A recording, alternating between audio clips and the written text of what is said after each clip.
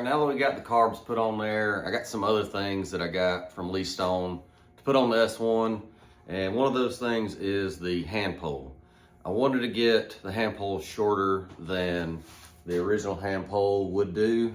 So I got with him, got the ones with the tubes and all that, so we can shorten them, lengthen them, however I want to do it and everything. So let's get the old one ripped off and get the new one put on, and we'll talk about it.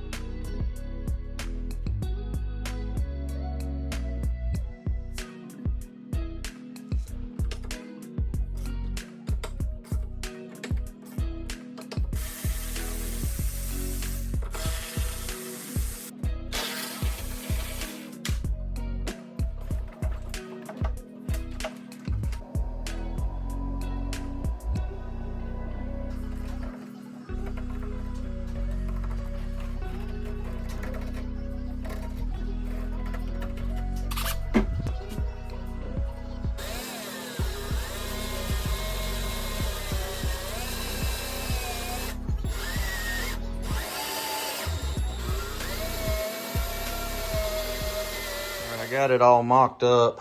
I went ahead and drilled the holes, made sure everything's in there. So I got the bolts in this side and over here, and I went ahead and put the little stopper blocks in there just to make sure those are the bolts for the stopper blocks. Now I got to cut this out for the tubes, and something I noticed, these tubes are not as big as the hole. So I'm not gonna cut that much out because I don't want a lot of that extra area around it. So I'm gonna try to keep it tight. So we're gonna just slowly work it a little bit at a time and get both of them as close as I would like them to be. So.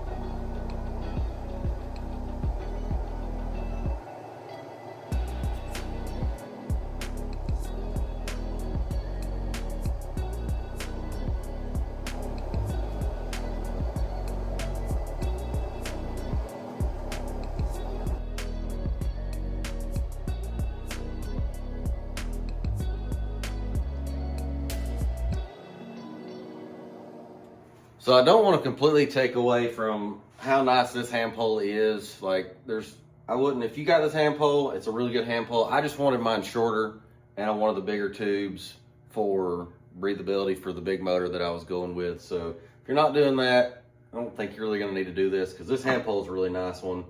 The adjustability is really simple. I mean, you literally just take those three loose and you can slide it in or out. The only issue that I was running into is when I wanted to run it all the way in, it was either hitting on this screw or the chin bracket was, so this bracket right here under the chin pad slides down inside of the hand pole right here.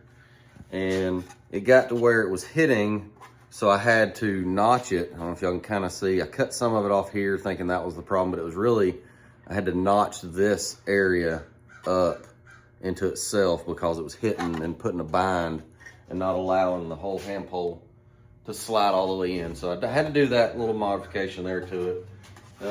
Is what it is.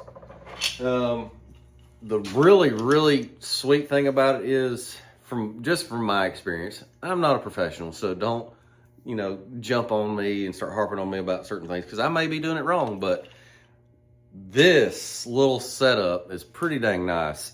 So like with the Super Freak, I put pinch bolts on it, and you tighten them up, and they somehow seem to still keep getting a little loose. I finally got them right, got some Loctite on and all that, and they finally quit moving and all that. But with these, you have a little set screw right here, so you can tighten these down to exactly how tight you want it, and then put the set screw on the bolt, and it holds it exactly where you put it. So this is really sweet little setup that goes with this hand pole. So I really did like that. I set it one time and it never came loose, and I rode it I probably put 30 tanks of gas through the ski before I pulled all this off. So I mean, I rode it a lot and it never moved from where I set it originally. So don't want to take away from this hand pole. It's still a very nice hand pole. Probably going to sell it, so if anybody is interested, I'm probably gonna put this up for sale. Not really sure how much, but I will be selling it because I don't really need it anymore. I'm not planning on putting it on anything.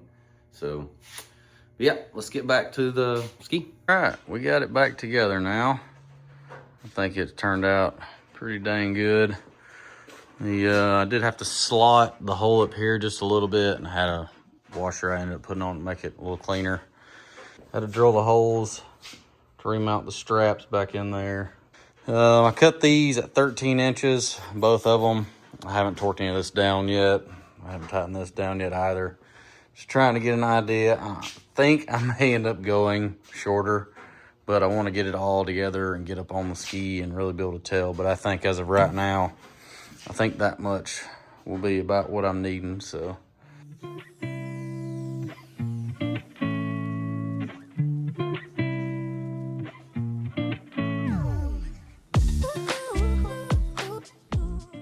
Got everything torqued down, tightened down. Just gotta obviously put the cables and stuff in there. It does have a pretty good size bolt right there.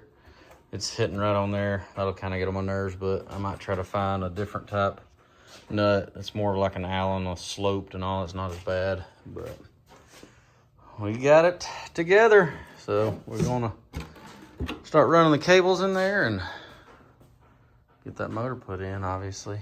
But heck yeah, that's a nice little add-on.